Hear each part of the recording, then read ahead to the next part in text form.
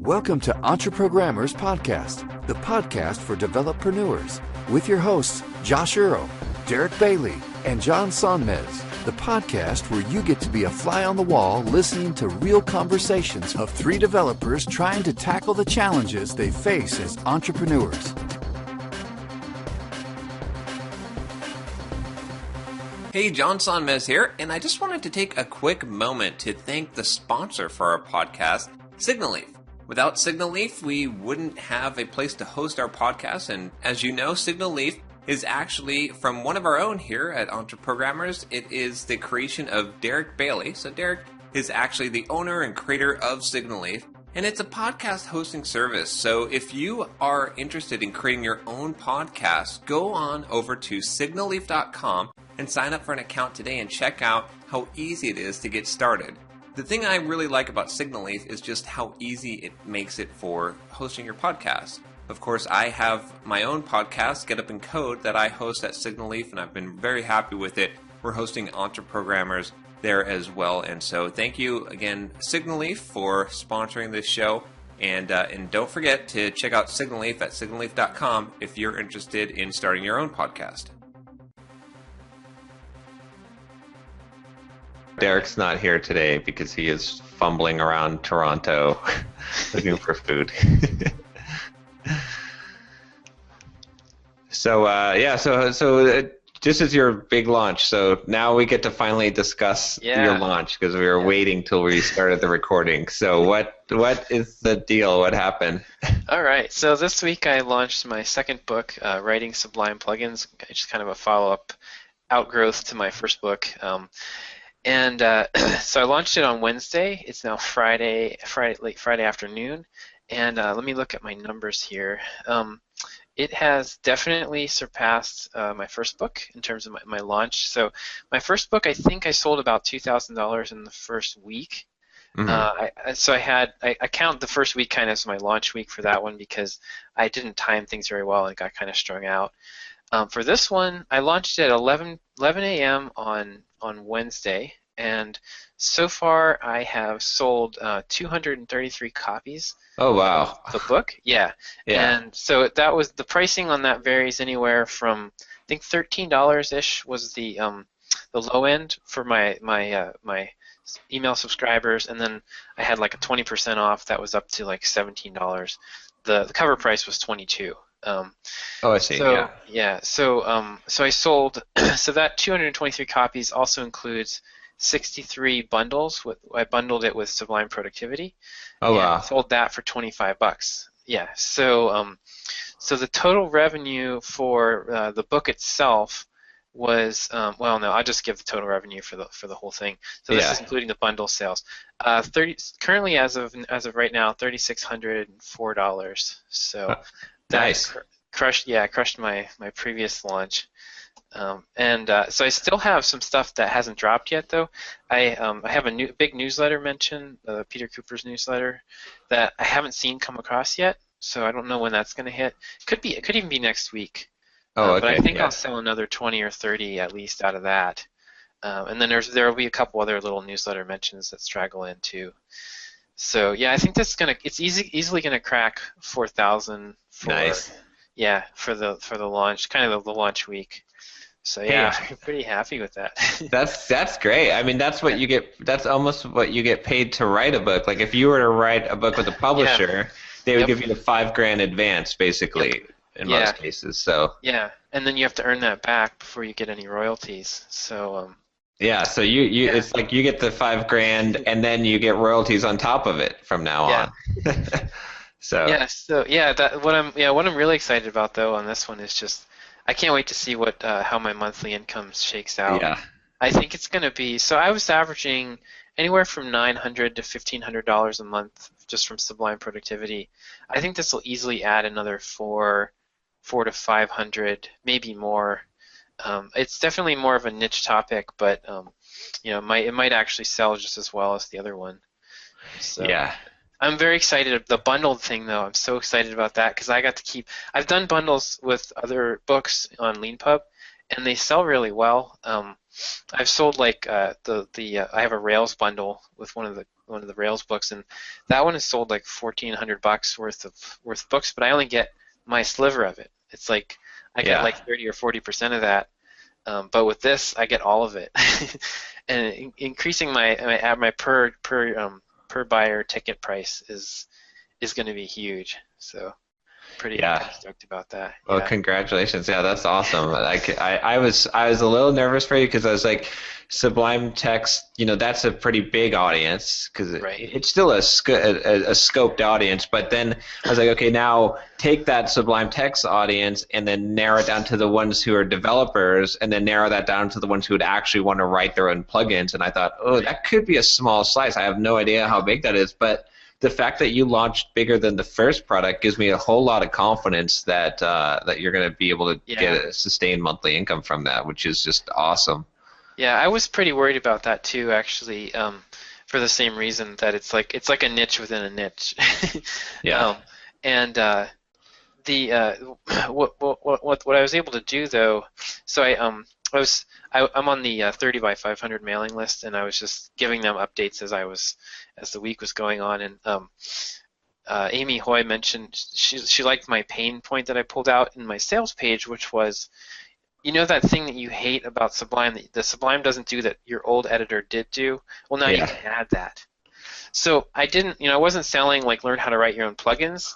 I was selling fix this thing that's driving you nuts. Exactly. Yeah. And that's that really, I think that made it a lot more palatable to people who might not have thought about doing plugins before.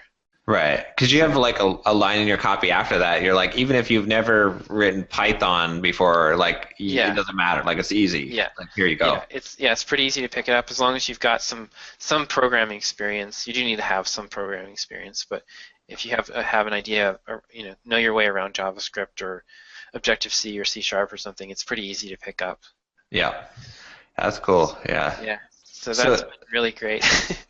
So what? And I was watching your email. So your launch. What you didn't have a whole lot going on for the launch. Now that I'm preparing for my launch, I'm thinking back. Like you did a couple of blog posts, and then you had really like 3 emails that went out, I think.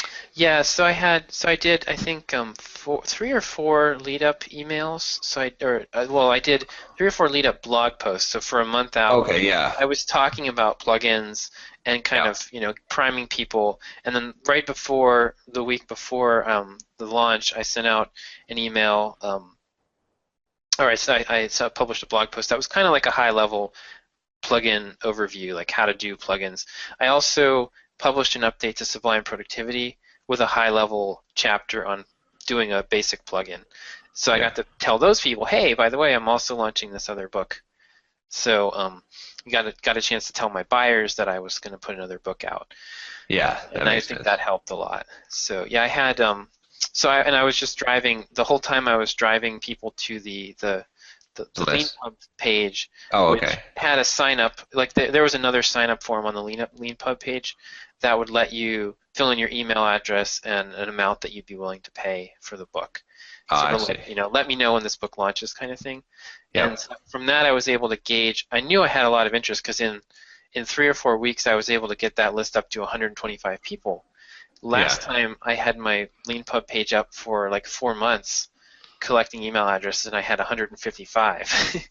Yeah. So I was able to drive and I knew that I was going to sell some books. It was nice to know that going in. I actually was not that nervous this time compared to last time when I was like sick and I launched my first book. I was just sick, and you're going to get to experience this in a couple of weeks. But I've already had didn't some sleep of that. the night before, and I was like, wasn't able to get any work done. It was just, it was.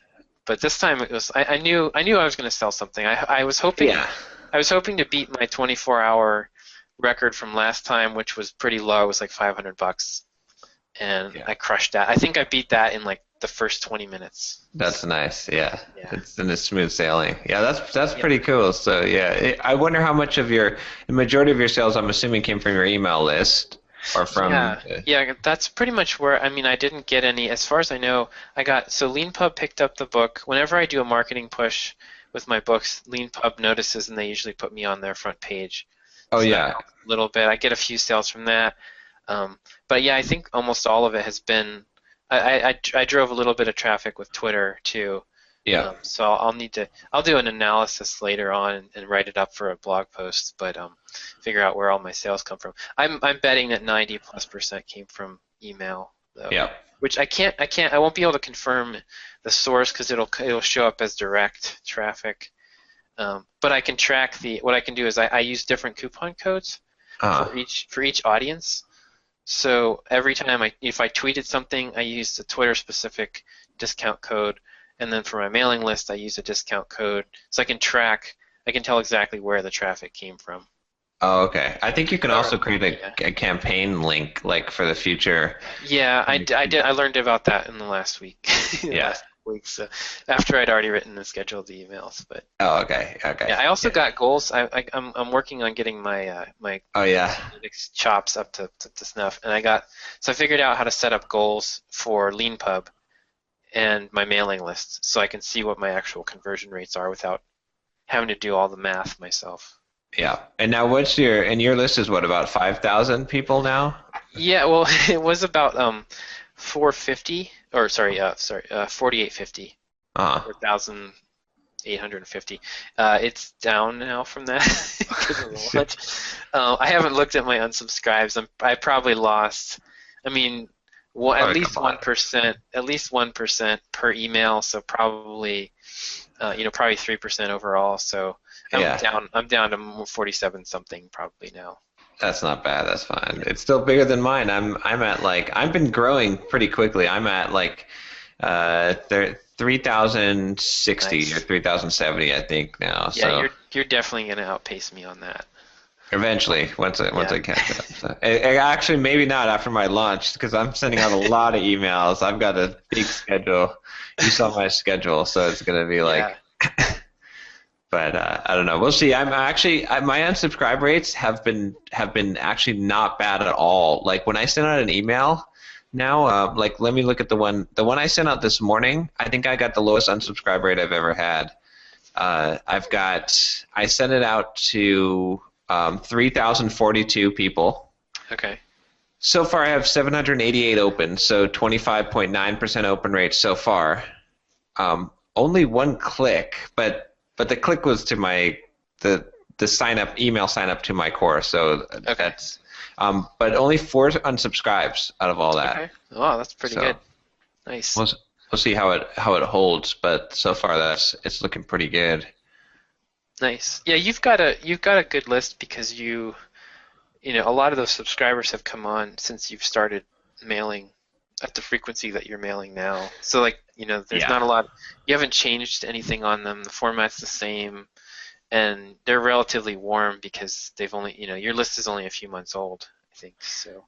Yeah, exactly. So I've been sending 2 emails a week for a long time now. So I think all the people that were like, oh, this is too much, they've already unsubscribed for the most part. And now I think I put in that autoresponder. Well, plus you had the Teddy Roosevelt thing to clear out the dead wood. Yeah. I sent out that autoresponder. So far, that autoresponder went out to 19 subscribers from yesterday, and I've got 9 opens on it and no unsubscribes on it. So that makes me pretty happy because I was worried about the unsubscribes.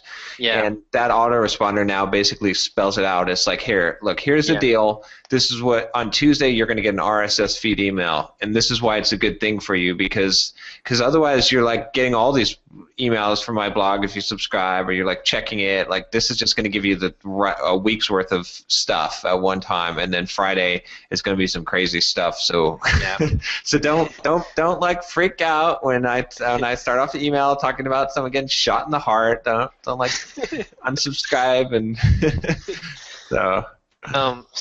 So that email, it's really good to have that kind of email to set expectations up front like that.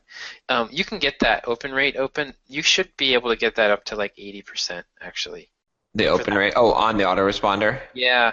I think so. I have autoresponders like that on a couple of my lists, and I've gotten between 70 and 80%.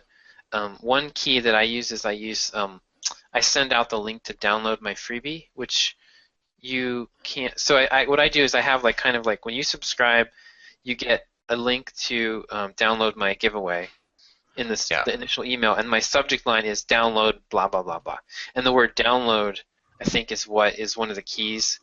I picked that on purpose, and so then I have like, here's your blah blah blah, your premium giveaway, and then here's some other stuff like that I wanted to tell you. So it kind of gets people to open the email, and you're going to be probably switching from what you've got now, your huge course giveaway. So.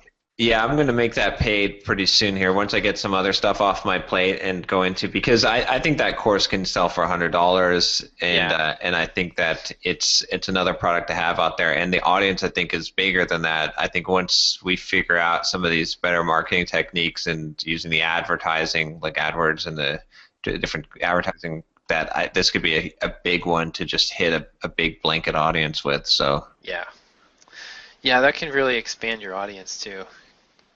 It'll be interesting though, because it's kind of a technical.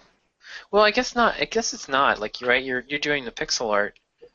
Yeah. So that could definitely be a broader audience. Yeah. We'll see what happens. It's right now the focus is getting this. So I had the call with Naomi today. So I took a chance. I was like, okay, well, I emailed. What's that? Naomi who? Ittybiz.com. So, right, she's kind of the launch queen, I guess, right? I think she's probably the most well-known launch person on the internet, I would say, in my circle. The Ittybiz has a lot of. They're really good. They have a lot of really good stuff. They do a lot of coaching, consulting for like just small business, not even internet businesses, just like massage therapists and that sort of thing too. I think so. Really, really solid content from them. Yeah, so I figured that I charge $300 an hour for my time, and I need to offer her at least $300 an hour. So I basically sent an email. I was like, this is probably a long shot, but hey, if I could just get 20 minutes of your time, I'll pay you $100 for it.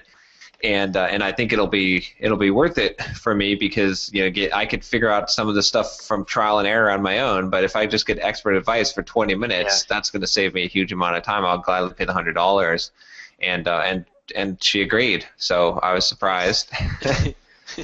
So I did the call today, and I was actually, this was pretty good. Like we start off and we looked at. I showed her the landing page I just made with the Optimize Press, and she said she thought it was great. She liked it. I mean, she didn't read through all the copy, but she looked at it. She gave me a couple of pointers on it just to break things up a little bit. But she said that it looked like a perfectly good landing squeeze long form sales page. So excellent. I was pretty happy about that, because that was the thing that was making me the most nervous. Is like, and it's such a pain. Like, I'm so glad. Like, I'll plug Optimize Press, because I'm so glad I found that tool, because I was using the lead pages, which is good. Like, unless you need to customize, because that's the fastest thing to get up.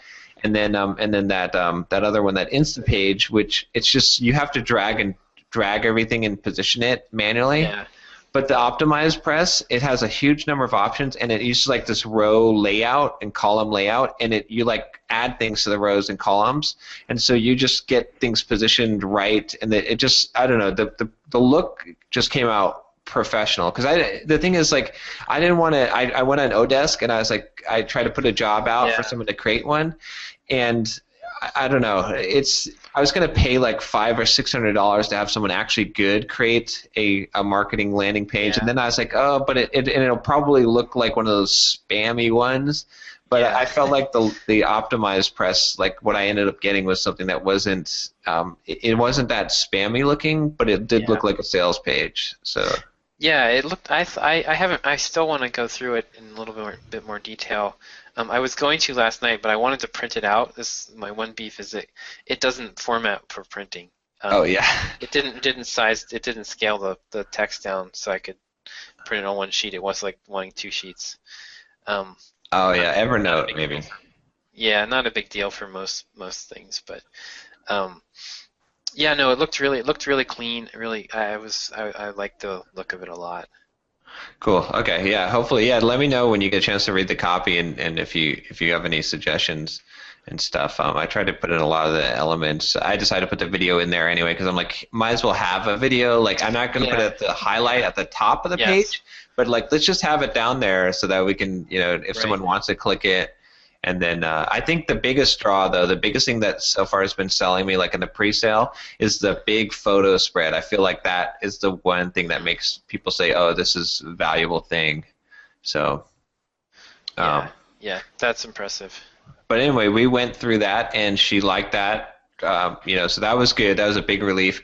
And then I kind of went through the launch plan, kind of described her what I was planning on doing, like for the pre-launch, and the one thing that I didn't realize that she said was I was confusing pre-launch with launch because she was like, oh, your launch should be like 8 days or 6 days or 5 days, and what I was doing was I thought launch meant like the week of the launch, and then your launch ended the day you opened up for sale. That's what I understood launch to be, but I was wrong. What launch is supposed to be is it's all pre-launch until you open it up for sale, and then however many days it is for sale at the discounted price is the launch. Okay. So that's what I had confused. So her suggestion was that I make like an 8-day launch if I can and fill the content in there, which I figure with this price of a product I'm going to go ahead and do. So I took all my pre-launch stuff. I don't know if you saw the email I sent because she asked for the list of my So she's going to critique in my final thing, but I came up with that plan with all that content, and my launch is actually going to be basically 7 days, like during that whole week. I guess it'd be 8 full days, but and then the one thing that she had said also about that was the pricing, because I was going to do a 20% discount. Yeah. And she said more.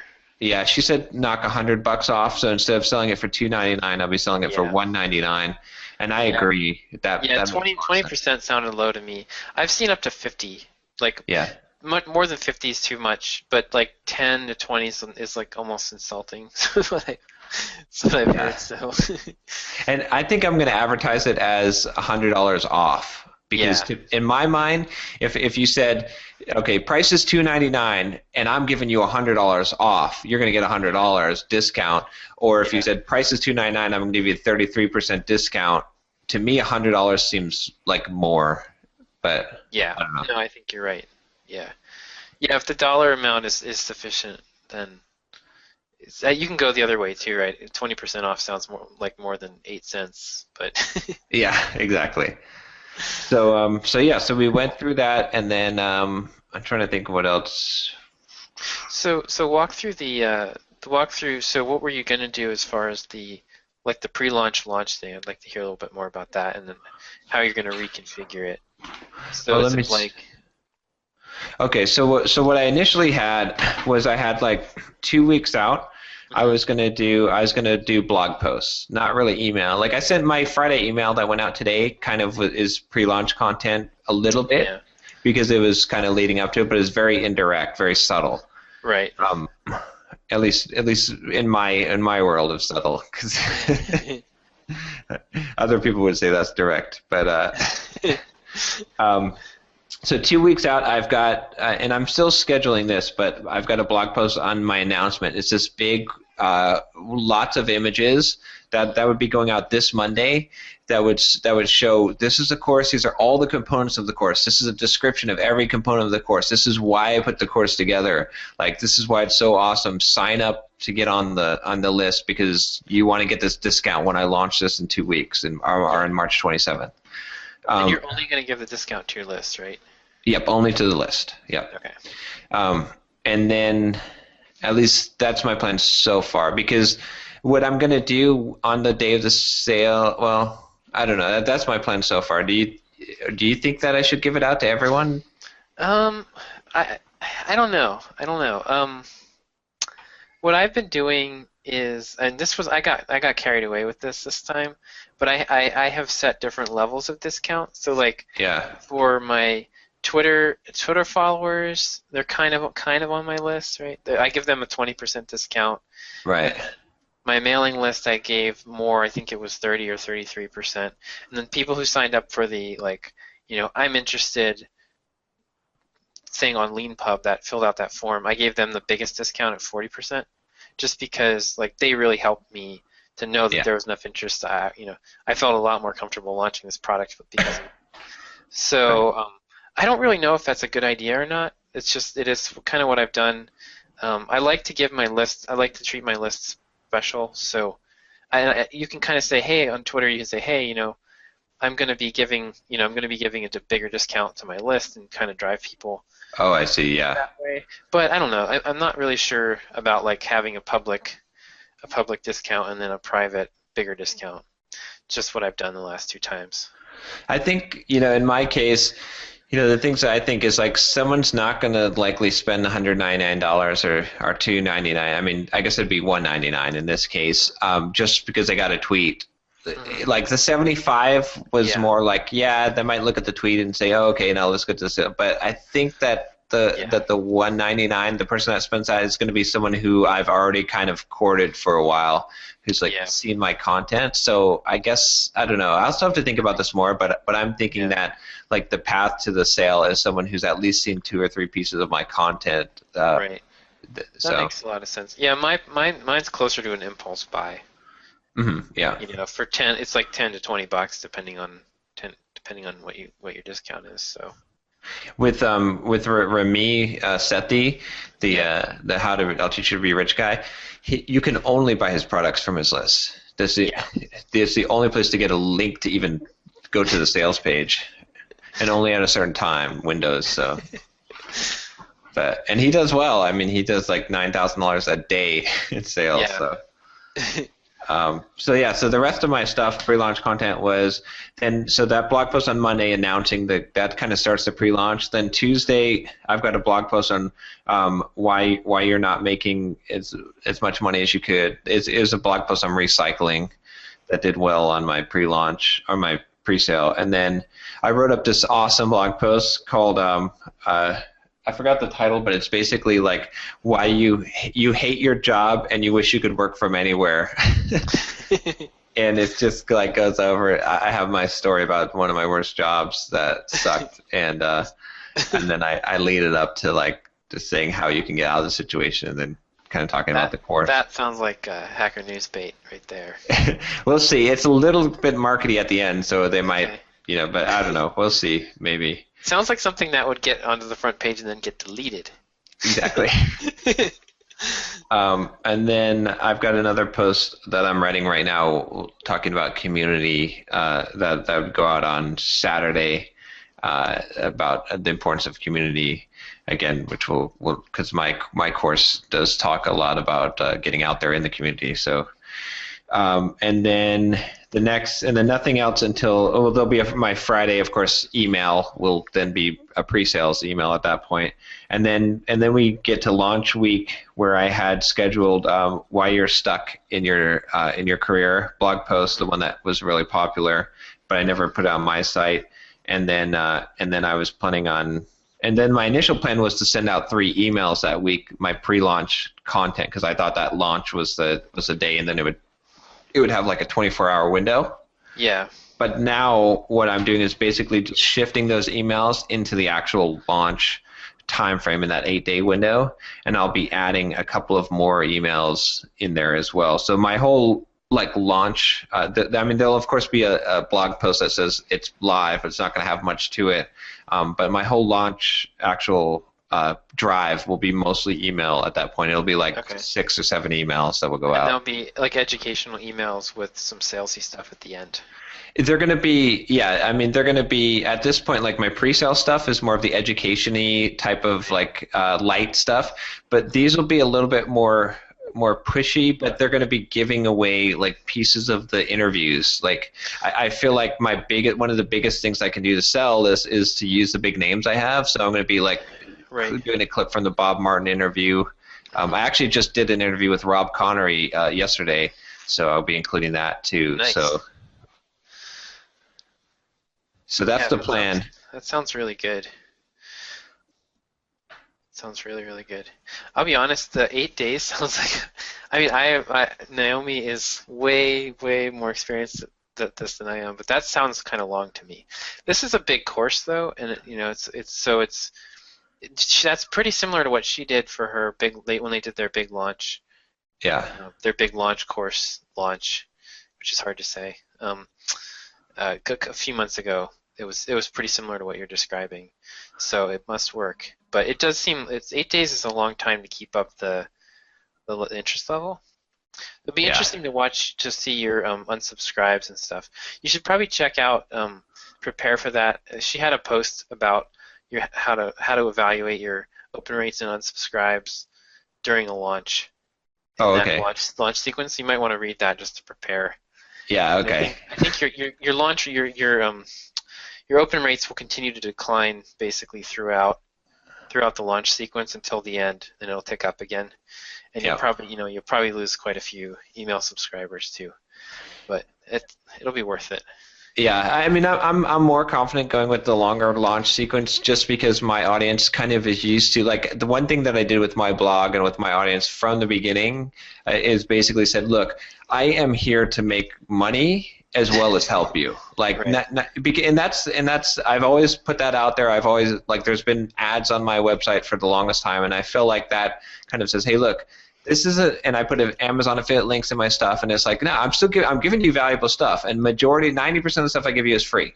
But right. I'm going to try to make money off of this blog so I can keep on producing this stuff, because if I can't do this full time, my level of quality is going to drop way down because I just won't be able to produce as much content. So I've kind of set the precedent.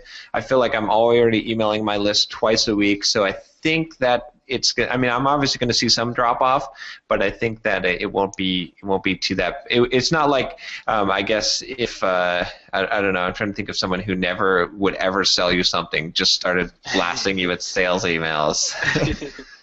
It's not like that. Right. It's not like, I know what it's not like. It's not like, when you're on Facebook or something and you or your friend who you haven't talked to in like 3 years calls you up and says, hey, I got this video. Party.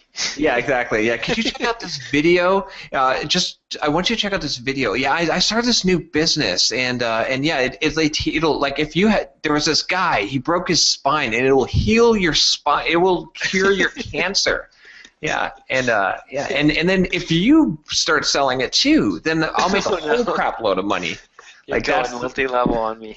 Yeah, that's the rude. That's like the bam, like jump in the shark type of rude thing. I feel like it wouldn't be that kind of a shake up for my crowd, but I don't know. We'll see what happens. That sounds really solid though. I'm excited. That's March 27th then is Go Day? That's when it'll start. I'll be going through until, I guess it'll be March 27th through April 3rd, which means that I get to send out an April 1st email, which will be fun. So. Oh, nice. Oh my gosh. I should do that this year. I hadn't thought about that. Yeah. That's how to make your unsubscribe rate go through the roof. Oh man. So much fun. Yeah. Especially with Adam text editor, I can come up with something really fun. Oh yeah. I basically just say I'm switching my list to Adam. I've switched to Adam. That's funny. Yeah. Yeah. But I don't know. We'll see what happens. I'm not as nervous as I was because that, like I said, the landing page thing was just making my stomach turn. Yeah. I also heard from Viper Chill guy today. Okay. So he started. Here's something real interesting. So we were on the right track with Reddit because that was the first place he was going to advertise was Reddit. Oh. He did some generalized Reddit ads, but he said he couldn't get the subreddits that he wanted for my course. Just the timing? Yeah, they were booked out already. So. Okay. So that's what I saw too. With when I tried to do Sublime ads, it was booked out. I was surprised how far out some of them were booked. Yeah. So yeah. But it's really cheap advertising. It seems like that's the best source. And then he said he ran some Twitter, and then like he's doing a sample, and if that goes well, if I'm getting good conversion, and people are converting over to my email list, which I've tagged them now to say that they came from there, then they'll get then he'll do the bigger Facebook ads and stuff. Which, by the way, I did change my autoresponder so that if you come in through that squeeze page for the course, I don't send you the autoresponder because I don't want to send you anything like about the weekly emails. I just want you to be focused because you signed up for this course. I'm just going to send you the pre-launch stuff. That's a really good idea. Yeah, that's a really, really good idea. At least until it clears out. So yeah, then once you do the launch, just merge them all in. Yep, exactly. And it's great if you tag people like that. I mean, definitely you want to make sure you get your cart set up to tag people who are buying too. That will let you do sales in the future without spamming those people. Oh, right, yeah. So yeah, I've gotten some pushback from from my list because LeanPub doesn't give you the emails for people that buy through LeanPub. So people that buy my book through LeanPub, I don't really have a way, unless they check a box, I don't have a way of knowing that they've bought my book. So they get all my sales emails. And the one time I sent out I did a 3-day sale and I sent out an email every day. And the last day, this guy wrote me back, like, I already bought your book like two months ago, and now I'm sorry I did. So. I wonder if the solution to that is, well, see, you're going to have a better solution to that now, which is you'll have multiple products. Right. So you could potentially, like, there'll be something that someone hasn't bought. I mean, you could put multiple products on sale, or you can offer something else to them that would appeal to someone who had already bought the book. Yeah. So. Yeah, I bought one of them anyway. So, but yeah, DPD lets you just tag people, or MailChimp lets you tag people from different sources. So. I'm gonna get. That's one of my things I'm gonna try to get done this month is get my email groups and lists, get all that stuff sorted out really nice. Just I've been putting that off for a long time. So. Yeah. Yep. Well, cool. Hopefully, I'll have some good news to report. Yeah, I think this is gonna go really well. I'm excited. I can't wait to see. I think so. I think for you. My goal is like to sell around at least 10 on launch day. Oh man, I think you'll definitely do that. Okay, yeah. Because I mean my overall goal is just to get to the point of being able to sell one a day, and that's one thing Naomi said also is she said that you can probably sell one a day, but it's probably going to come in clumps when you do sales. Okay. So that's. I mean, I've definitely noticed that too. Like with my book, I can pretty consistently do 1 to 3 a day, and then about every 3 or 4 months I do a sale, and I'll make like $2,000. It's crazy. Like I'll just clean up. I'll clean up for a week from the sale, and then then it dies back down to where it was. Right. Yeah. But I guess that's the way to go. I mean, that's the way that it makes sense is like to do those sales, and then it evens out over time. So yeah. But that's going to be cool now that you've got the 2 major products out there. I can't wait to see what your monthly income starts to like average out. You got to keep that running average. Do you at least know what your 12-month running average is? Like. Not yet, no. I'll have to. It's getting complicated now because I've got so many different income sources. I've got LeanPub, I've got DPD, I've got Amazon, but the LeanPub stuff's gotten more complicated because now I have 2 books, one of which is subject to their 45-day embargo. Like they don't give you. Now their standard policy is they hold the money that you earn for 45 days. So that if you abandon the book, like so you could just totally publish thankyou.pdf. And not ever do anything with it. And they want to have 45 days, which is their return policy. So if you abandon it, they want to have 45 days for people to realize, oh, this guy's not going to do anything with this book and get the money back. So, but Sublime Productivity, I published that before that policy went into effect. So I get that money every month, the same month I earn it. Oh, okay. So now I have like some of my earnings come in the month I earn them, some come in the next month, or actually probably 2 months after, and then Amazon's delayed by like 3 months. So it's just it's kind of a little crazy. But I only track it when it actually hits my bank account. Okay, yeah. There's two different accounting methods that I'm not an accountant, but I know that you can do it at the time of the transaction, and then you can do the time of remittance or whenever it's paid. So. I just like to. It's easier to keep track of for me if I just wait till it's actually a deposit in my bank account. Yeah, I guess that makes sense. DPD hits as soon as I sell the book too. So I've got some of the stuff comes in immediately. Some of it comes in at the end of the month. Some of it comes in like 2 months later. So.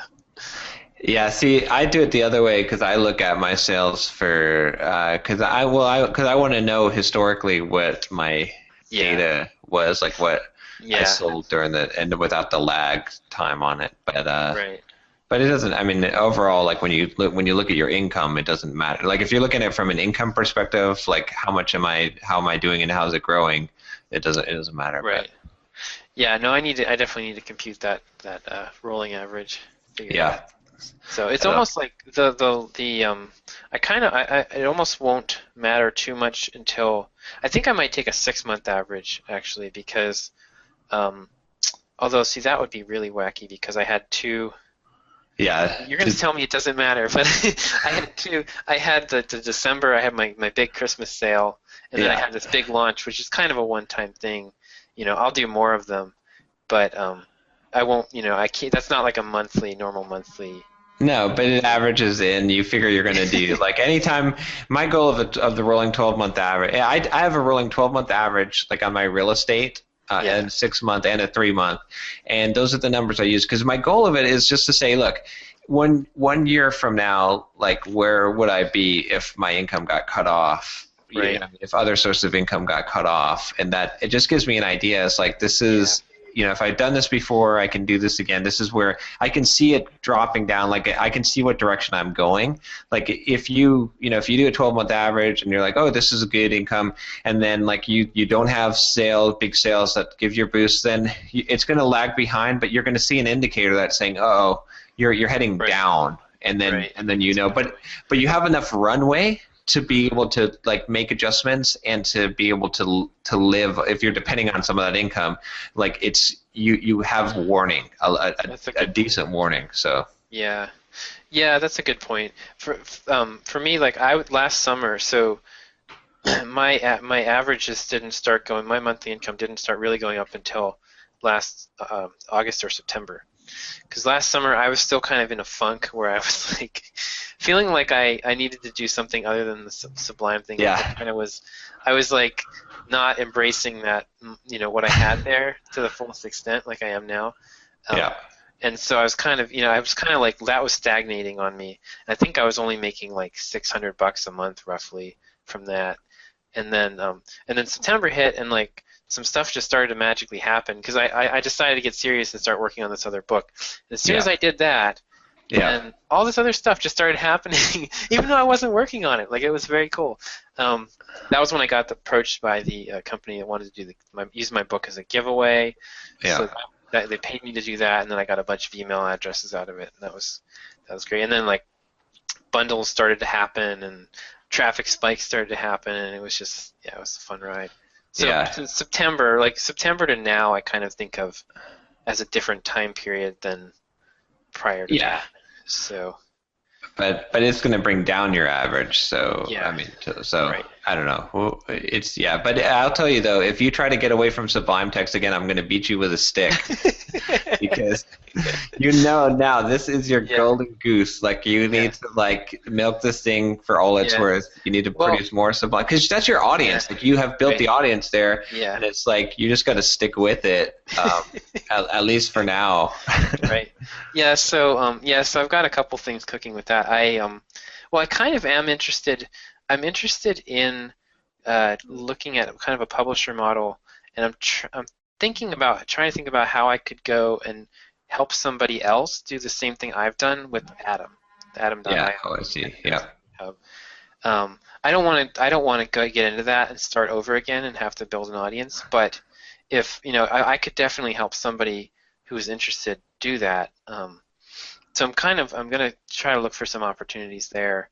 But I've been talking to this guy named James who I don't know how he found me. I think he found me through my blog, but he's really interested in Emmet, which is the HTML generation plugin for Sublime and a bunch of other text editors. It's like you type CSS selectors and bam, generates all the HTML for you. And so he was interested in doing. He basically approached me about collaborating, or I think he asked me if I was interested in doing some screencasts with him or something. I said, hey, what if you want to write a book? And so I'm gonna try to work out a thing with him where we do like a co-author agreement. I handle mostly the marketing stuff. He handles a lot of the content and most of the writing. We do like a short, 10, 15,000 word ebook. Yeah. Sell that for like $10 or $12. That sucker will be that will be huge if I can pull that together. And I think I can do it with, less. I think I can do that in the next 2 months. So I'm hoping that maybe sometime May, June I'd like to beat June because June is when my income fell through the floor last year because of vacation. Oh, that's it. If you haven't hit that yet. But yeah, there's definitely seasons to this whole thing. Yeah. And it's alarming the first time you go through it. I was terrified because I'd gone almost like 8 or 9 months without missing a day selling at least one book, and then I had a week where I didn't sell any. Yeah. And I was completely freaked out, like I thought I'd broken something. Yeah. But yeah, it was just June, and then I did a big sale at the end of June, and that helped. It pushed my income up for that month. But yeah, well, you rode you felt the vibrations and acted. Yeah. I'll tell you what you got to do though, as I'm listening to what you're describing, you got to bundle your stuff now up into bigger, like you got to take your books and Nathan bury them up with a couple of videos and make a bigger package and have some pricing tiers, or even just make them a bigger package because as I'm thinking about it, like the shortest path to increasing your earnings would probably be if you could sell your Sublime Text book bundled with a couple of other things for like $75 to $100, and then like you're able to do the same thing with the plugins book, or you're able to do it with this other thing, the bigger thing, or maybe you even combine them together and get kind of the bigger and add a couple of videos. Like if you combine the 2 books and add a couple of videos and something else, you could have a package that could sell for in over the $100 range. Yeah, this guy's interested. He's been doing screencasting. Yeah. So he's actually pretty savvy, and I think he's kind of trying to do the same thing we are, just with building a little bit side business here. And he's got a YouTube channel that he's been doing for a while now, doing short screencasts on that.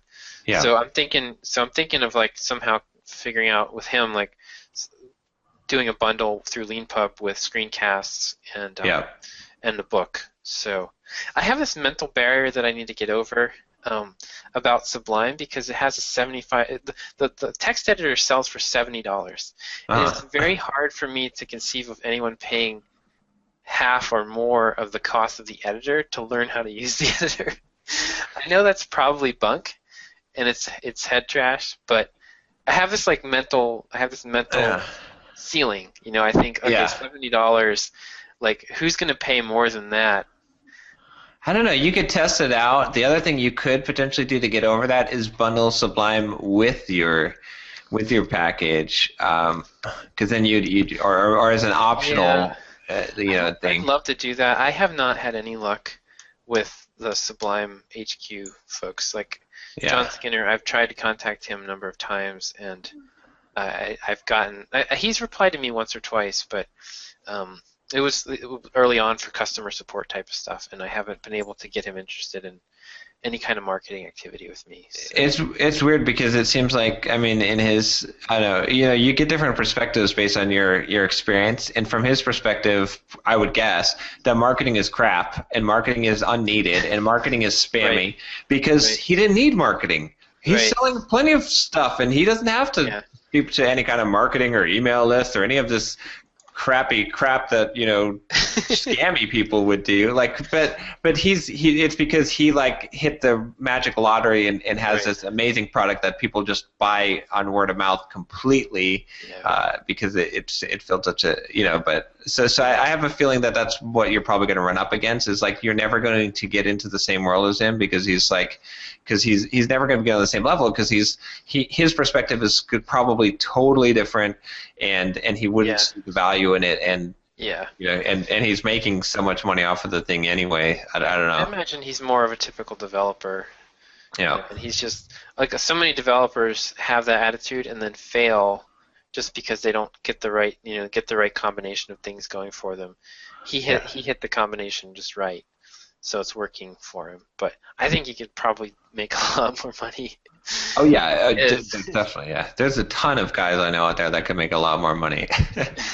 So, but it's funny, though. I mean, I don't know. I guess we all take a different journey. Like, I was very resistant to marketing until I started to realize. I mean, you're always walking a fine line because it's always like between being a greedy, scumbag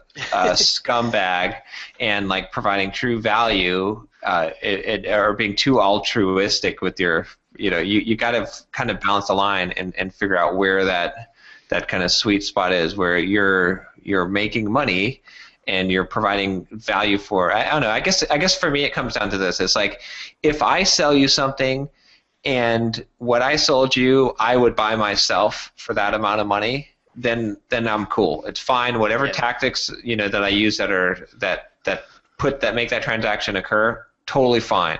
But the moment that you cross the line and it's like you just sold someone something that you wouldn't buy, like that doesn't have the value, then you got a problem. Right. So. Yep.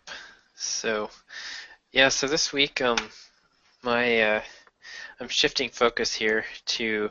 I'm going to spend the next probably month or so, really firming up. So I want to try to get the Emmet project going with James, and then try to get that on autopilot a little bit, and then. But I'm going to be focusing on just getting my marketing streamlined and I have so many little tasks that I want to fix the theme on SublimeTextTips.com. And so I wanted to install Thesis, so that's what I'm working on right now. Like installing Thesis is always a headache for me. It always goes wrong because I have on my Linode, since I'm hosting it myself, there's like Thesis was written for Bluehost or one of those hosting providers. A cPanel install. cPanel install. So so there's like file permission things that always go wrong when I do it myself, and it's always a 4-hour ordeal to get it installed and working. I love it once it's working. It's really easy to change things and rearrange stuff, and there's a lot of really good themes for it. But man, that's just that initial pain. So I'm biting the bullet and doing that, and then I want to get some things improved about that site, and then start to work on getting a Twitter advertising funnel set up to direct traffic to my mailing list on that site. So so I have this big long thing in Evernote of all these stupid little marketing tasks that I wanted to do for a long time. Exactly. Yeah. Yeah. Now that I don't have a big project for a little while, I'm going to just try to knock off as many as I can. Oh, opportunity there. If you kind of document your process and figure out why installing Genesis framework is so difficult on Linode or Blueocean, any kind of VPS service, you could potentially contact the guys that make Genesis, and I don't know, you could sell like a little tutorial or something, or I don't know. There might be some kind of opportunity there because giving me more work. Well, I figure that they're on it. They're probably doing a lot of tech support on that crap and not liking it, or they're just not selling it to them because they're like or they're getting refunds because people are like, I don't know how to this thing doesn't install right. So that's a really good idea. I was thinking about just blogging it, but I could at least do that and try to see. I'm pretty sure they have an affiliate program. Oh yes, yeah. Thesis. So that would Yeah, so I'm going to make a note about that. Yeah. See, giving you more work. Yes, thank you. Yeah, I'm really excited to see what you do. That email that you sent out describing your kind of plan, I feel like it's like the accumulation of everything that we've learned like in the last 6 months. It's like the perfect way to like go about this. So if you figure out the Twitter advertising and you've got it segmented and you've got different landing pages for the different interest groups, you could be onto something huge there. So yeah, I'm pretty excited about that. Like I really like the idea of it hit me recently just how expensive blogging really is, because I don't have a lot of free time. I have 10 to 15 hours a week, basically, of time that I can spend on this kind of stuff. And so for me, blogging, to write a good blog post is usually at least 2 to 4 hours. And if it's a little longer, like the big write-up I did last time for my income report when we did our contest, that took like 6 hours. So, it could be anywhere from 2 to 8 hours worth of time to put a good blog post together. Exactly, yeah. I need to value my time anywhere from probably around $150 an hour and upwards. Yeah, you should actually take your monthly number, divide it by the number of hours you worked on side projects that month, and figure out what that number is, because that'd be real interesting to know. Yeah, because blogging could cost me anywhere from $800 to $1,200 a post, just in time. And that's great, but if I could spend and then you think about with a blog post, you're not guaranteed that it's going to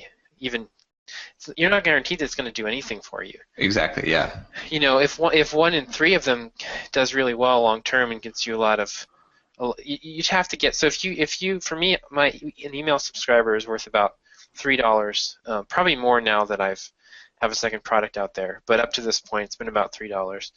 So that means I need 300 email subscribers from a $900 blog post to break even. That's a lot. And you figure the amount, with a 3% conversion rate, that means you need 30, I'm not good at math.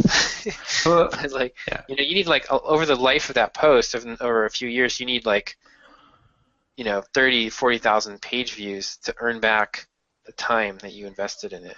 Except there is one other aspect to this that you have to consider too, which is the goodwill type of reputation building. True. And you have to do that when you send emails to your email list as well, because I know that there's certain people, when I did kind of a thing to figure out why did you buy my course, which by the way, when everyone was I started saying that, as soon as they bought it, I started sending this email out that said, hey, why did you buy this?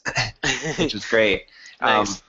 But a lot of them said, "Hey, I follow your blog. I listen to your Get Up and Code, and I've watched your Pluralsight courses and your YouTube channel. I'm going to buy whatever you're selling. I know it's going to be good." And so there was kind of some of that I think there's obviously you have to figure out where it's hard to value something like that, but there is a little bit of that. You can build a strong rabid fans through blogs, or even just through email. I guess if you send out weekly emails that are good. Yeah, kind of what I'm thinking. Yeah, and for me it would be so my thought is that blogging, I totally agree, and I think that blogging is really important. But if you want to bootstrap an audience for yourself, this advertising, if you have the cash to spend on it, advertising is actually more efficient. If you can get the funnel nailed down and everything, it's definitely more work. Well, it's definitely harder there's multiple skills you have to learn to be able to get the traffic coming in. But my plan is to try to build my list through email. I really like email as a medium better than blogging. And so I can, and plus you can. You can also use an email list to feed your blog too. So if you get 1,000 people on an email list, if you get 1,000 people on an email list through advertising, then you start your blog. Well, you've got every post you send out is going to get 500 hits and shares, and exactly, it's a force multiplier. Yep, I love Tuesdays for that reason. My RSS feed goes out, and then bam, I get all these hits on my blog posts. Yeah. So. Yep. Yeah, so we'll see how it goes. I'm excited about trying it, and I decided to pick Twitter because I'm already very familiar with it, and it seems to work really well for my audience. It's great because Twitter's one of the places where people self-identify Yeah. by who they follow and what they talk about. They tell you that they're interested in something. So it's not like Google AdWords, where Google AdWords, I mean, you're searching for keywords, but if the word Sublime and the word text, there's a band called Sublime, Yeah. here's the text of the new Sublime song. Well, Yeah. okay, that's not really relevant. So. Exactly. Yeah. No, I think it's a good strategy. We'll see what happens with it, but I think it makes a lot of sense. What you're saying makes sense to build up. I mean, anytime I got to register this domain before this goes live, which is trading nickels for quarters. Yeah. But yeah, if you could, I don't think exactly. That'd be a great domain. But if you could trade nickels for quarters, it takes some balls to do it. I think is what the thing is that prevents a lot of people, because you got to kind of be. I mean, you're going to throw money out there, right? And you have to have some kind of confidence that you're going to get the money back. Yeah, so. This is how. I mean, you do this with extra money, ideally. But yeah. I mean, this is how, old-time direct mail guys like Gary Halbert, he was literally spending his utility money on sending out another test email or another test mailing to these lists he was buying, and then he sent out his utility money, and the 317-word letter that he sent out that time made him $7.5 million over the next few years. You just have to, once you get the formula right, you just gotta spend a little money though to get it right. So exactly, yeah. Yeah, that'll be really interesting. I got to get into the advertising. Once I launch this course, I'm going to be looking into the advertising more too. And plus what I see from the Viper Chill experiment there and stuff. So yeah, for this to work, I need to get I'm willing to spend probably up to $2 per subscriber. Because a good number is for this type of thing is spending 50% of your income on advertising. Right. So for me, I wasn't thinking. When I was first thinking about advertising, I was thinking spend $10 to make $100, but up to 50% is pretty standard. So and really, I mean, it's extra money, right? It's just money you wouldn't have gotten. So especially when in our audiences, because the thing is, our audiences are so big, we're so small. Right. If you're a big company and you advertise, you might be eating your own, costing yourself money, right? Because these might be customers that you would have already bought your product. But in our case, I think the chances of us hitting a customer with an ad that we would have hit organically and would have bought our product is so low that you don't even have to worry about it. Yeah. So it is free money. So yeah, I mean, I've got, my audience is basically 10,000 Twitter followers and 5,000 email subscribers, and there are hundreds and hundreds of thousands, if not millions, of Sublime Text users. So yeah, exactly. Out there I haven't tapped. Yeah, it'd be interesting to figure out. I wonder if there's some way to figure out what the actual size of that audience is. Yeah, there's you can kind of get an idea from there's I think the package control plugin, the package control website keeps stats on downloads, which is going to hit users are going to download the same package multiple times, but you can get an idea. Some of these packages have been downloaded millions of times. Package control has been installed millions of times. That's insane. Yeah, that's a huge audience. Yeah. So yeah, I'll spend up to $2. So I'm gonna need to get a reasonable, if I spend 50 cents a click on Twitter, and I can get a 25 to 50% conversion rate, which I think I can do. I think I was getting about 25% on my crappy non-optimized newsletter sign-up page that I was using. So I'm going to try to make it really targeted, really polished. It seems like all of the landing pages that I'm seeing are pretty much just, it's headline, sign-up box. Exactly, yep. Sure of your giveaway. So I'm going to test that. I'm going to probably test a little bit longer copy too, just to see how it does. But I think if I can do that and I can target web designers, PHP developers, JavaScript developers, Ruby on Rails developers. I think I can get that rate up to 50%. Seems doable. Yeah, definitely. Yeah, that'll be awesome. Then you can really ramp up those sales for sure. Yeah. And then you'll be even more into the Sublime. I'm all in, man. Yeah, it's good though. I mean, it's painful, but you know what? I don't know about you, but you probably are you might be coming up to the point where you no longer are like burned out on it. Where like there's this level like where you do something for a long time and then you're like, oh, I hate this thing. I hate it. And then you get like a resurgence of, when you start to hit the stride. I feel like you're kind of hitting the stride now. So maybe it's better. You know what it was for me was I felt like for a long time that my book income got stuck at around $500 a month. Yeah. And I felt like it was always going to be $500 a month and I was never going to make more than that on it. And I felt like I needed to have another audience. Like I was like, oh, I need to get into some bigger audience. This is too niche. I didn't think there was enough pain there for me to solve. So I was looking at trying to do some sort of like something like Backbone or Angular or something like that as an audience. And so I kind of resented, like the Sublime stuff felt like a drag to me because I felt like I had all this maintenance that I had to do, and my book wasn't even finished yet, which it still isn't. But the book wasn't finished, and I was getting emails from people, and I had to do all this marketing just to make $500 a month. And how was I ever going to get enough time to make more on something else? And so since I've kind of jettisoned that mentality and just said, okay, I'm going to go all in on the Sublime thing and see how far it can take me. That it's become fun again. So yeah. That's good. Yeah, it's good. I mean, it's like I said, it's once you found that thing, you just keep on hammering the thing that's making you the money, and that's how you really hit it big. And then once you make enough, then you can go somewhere else. But yeah, I like your analogy of the when you hit a vein of gold, like keep digging. Yeah. Yeah, it's so many people don't do that though. It's so funny because they're like, "Wow, why did you were being so successful?" It's like, "Oh, because I got bored." Yeah. Yeah, that's. Yeah. Well, it's like I'm good at finding gold veins now, so I will go find a bigger one, right? Yeah, exactly.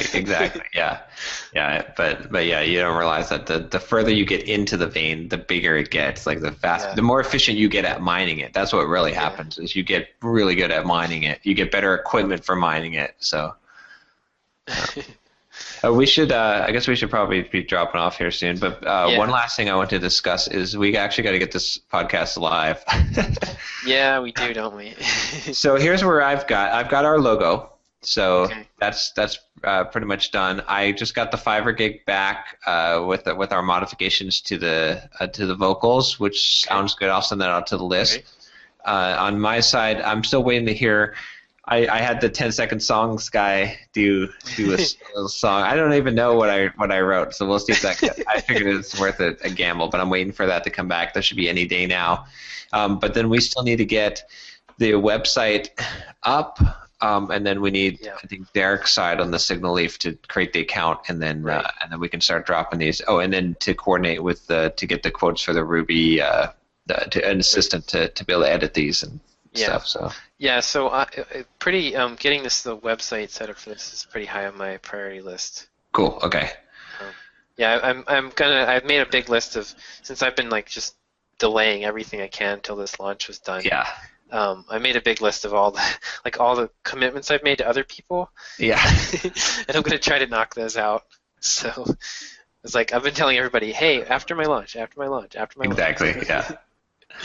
Yeah, I'm gonna. I'm obviously down in the critical zone right now, so I'm not gonna be able to have much bandwidth to do anything yet. But once I am done with this launch, I'm pretty much gonna. I think I'm taking a week, and then I'm gonna be writing my book, which I'm gonna have bandwidth. I'm not gonna just be able to sit and write a book for 60 hours a week or whatever. Right. So. Okay. Yeah. Cool. Yeah, I think I probably won't get to that this weekend. Maybe in the next week or so, though. Should be up and running. Okay, we'll have to talk to Derick. I think what we'll have to do is basically put a date that we want to go live with the podcast, and then maybe that'll be like in a couple of weeks, and then we'll just have to say, okay, here's what we need to do to get this done, and then we get this done, and just make sure that everyone, we know who's going to do what to get it live. So. Yep, sounds good. Cool. Yeah, by that time we'll have like 4 or 5 episodes. We'll have to figure out how to do that. Like, if we want to release because it's kind of weird to release weekly, and then like this, like people are watching this, and this happened like 4 weeks ago or 5 weeks ago. Right. So maybe I've heard from several people that they wished they'd had like a bunch of episodes, that they released a bunch of episodes at once. Yeah, that's what I was just about to say. Yeah. Okay. So we might want to just release whatever we have whenever we're ready to go live. We just release 4, 5, 6 episodes all at once, and then because people find you, and then there's something there for them to listen to and not forget about you. It's that whole House of Cards thing we're gonna do with podcasts. So we're like, here's the whole season of Developer of Entreprogrammers. Dude, yeah, that's awesome. Two a year. Yeah. What are you doing? You're like, I'm shut up. I'm watching Entrepreneurs for 24 hours. Is that you're watching a podcast? Yeah, that'd be kind of cool. All right. Well, is there anything else that we should cover here? No, I don't think so. Gonna have some dinner here. Okay, yeah, I better get going too. I'm sure that I'm gonna be in trouble. So. Alrighty. Right. Have a good weekend. Yeah, you too. Take care. Wanna start a business, but you just know how to code. Listen to John, Josh, and Derick as we figure it out. We are the Entreprogrammers, and we'll teach you straight up to be developers.